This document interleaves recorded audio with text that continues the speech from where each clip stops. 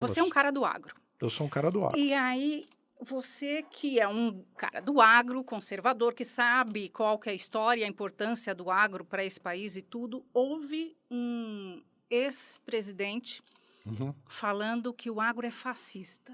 Me fala, o agro é fascista? Eu acho que as pessoas não sabem sequer o que significa fascismo.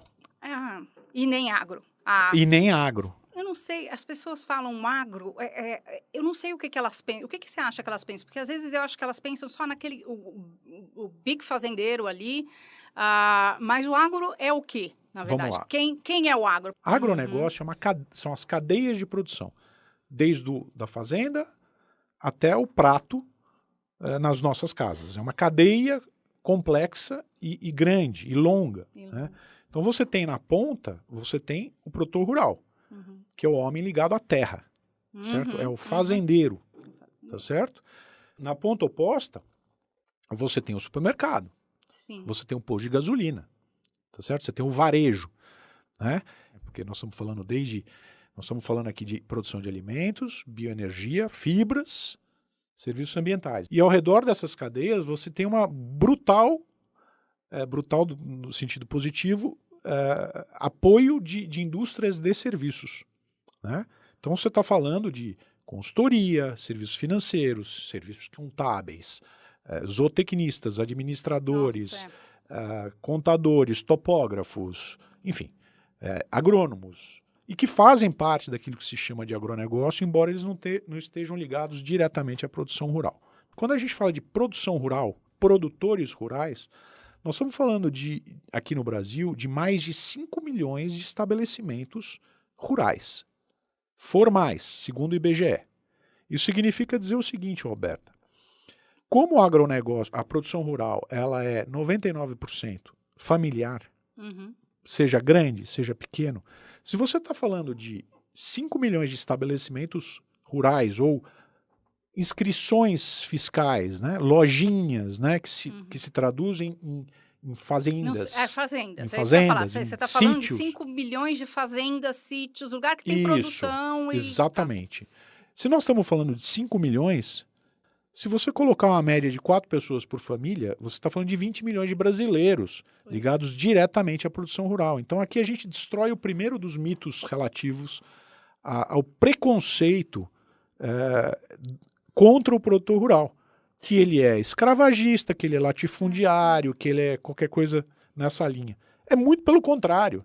Nós estamos falando da maior indústria do Brasil. Né?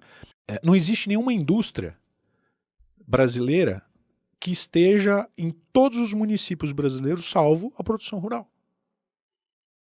Inclusive Brasília, São Paulo, Rio de Janeiro. Municípios.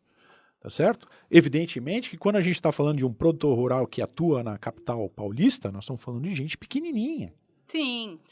Tá É isso aí. O produtor rural é o cara que planta só alface, por exemplo. Por Ou o cara exemplo, que só planta, ele está ali nessa cadeia toda aí. Exatamente. É interessante a gente ter uma noção histórica que Getúlio Vargas era um proto-fascista.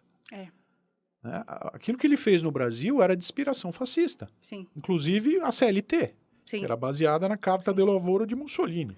Eduardo, e nós estamos nessa, né? Esse trabalhismo que o pessoal falava na época, ele tem inspiração fascista. Então, quando o Lula exalta Getúlio Vargas, ele está exaltando uma visão fascista de mundo. O fascismo é uma visão de mundo, é um sistema de governo onde você tem, acima de tudo, sindicalismo, o sindicalismo pelego que o Getúlio Vargas implementou aqui no Brasil, onde você tinha toda a economia organizada através de sindicatos, não somente de trabalhadores, mas também empresarial, tá certo? Até a reforma trabalhista, as empresas eram obrigadas a pagar a contribuição sindical. Né? Portanto, você tem uma ingerência do Estado muito grande, né, sobre a economia.